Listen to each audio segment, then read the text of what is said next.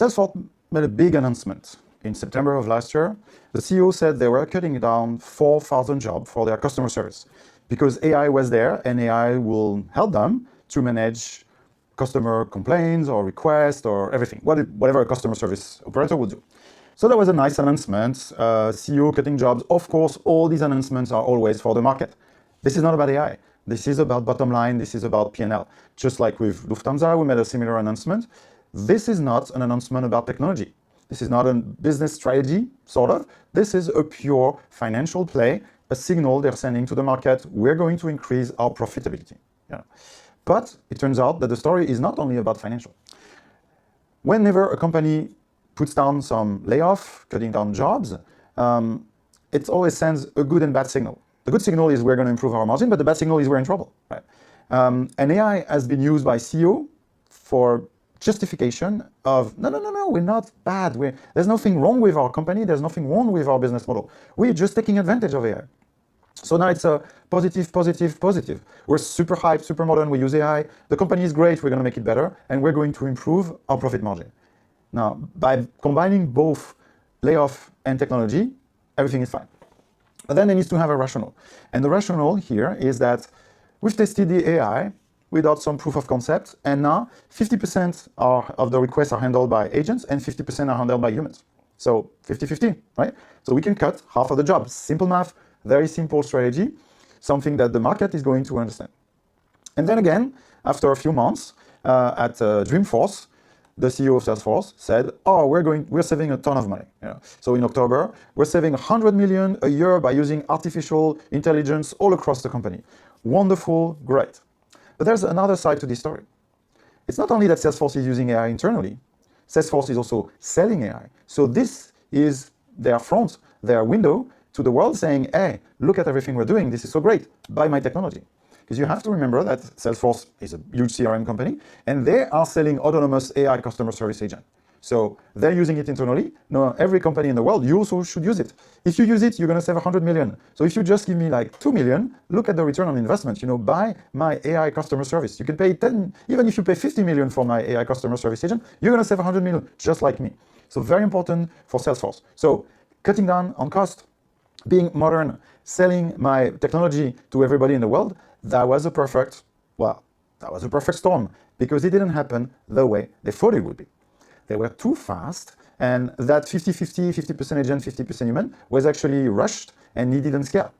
So as a result, they started to change their narrative. By December, they were saying that, no, we didn't really lay off these people. There was a headcount rebalance. We didn't cut them. No. So very, very big change of public discourse and very big change in the way they presented what was very clear in September. In September, it was very clear. We're cutting off 4,000 people from customer service. We don't need them. AI is there to replace them. Now, December, we have a headcount rebalance.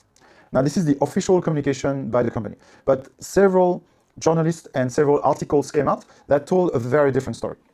The story that was told by sources from inside the company, by managers, and I've seen 5-10 articles that are telling exactly the same story, is that they thought AI would really improve the efficiency, but it didn't happen. The result was declining service quality, higher volume complaints, and internal firefighting to stabilize the operation. What does it mean? It means, yes, the AI probably managed 50% of the customer request, but the AI didn't do a perfect job on 100% of that. And the AI probably made some very stupid mistake. We all have this experience of AI giving us something that is not perfect. When I'm using an AI and I'm accountable for the results, and I will decide if I send that email, if I put this whole doc into my final document or my final presentation, I have a quality control at the end of the discussion, and I'm the one accountable for the results. When you use fully autonomous AI agents, there's nobody to control.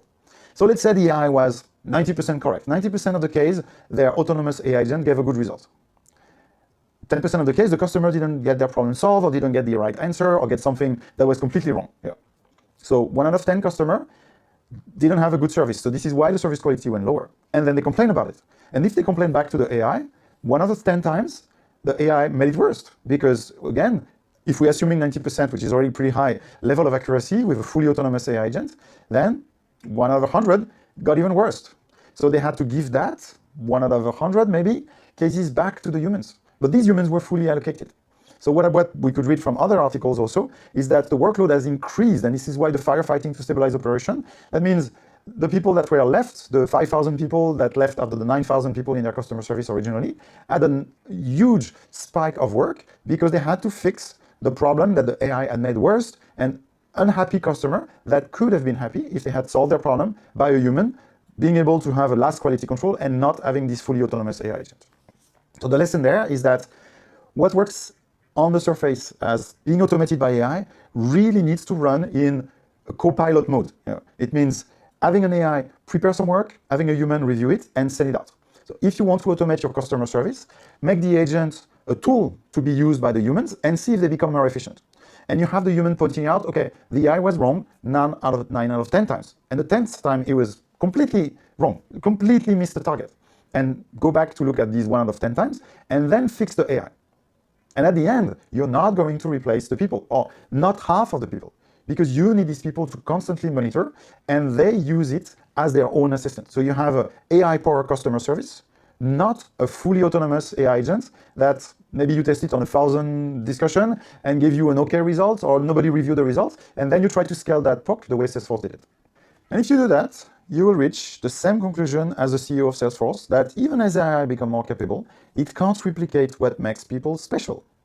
Right? AI will not replace people.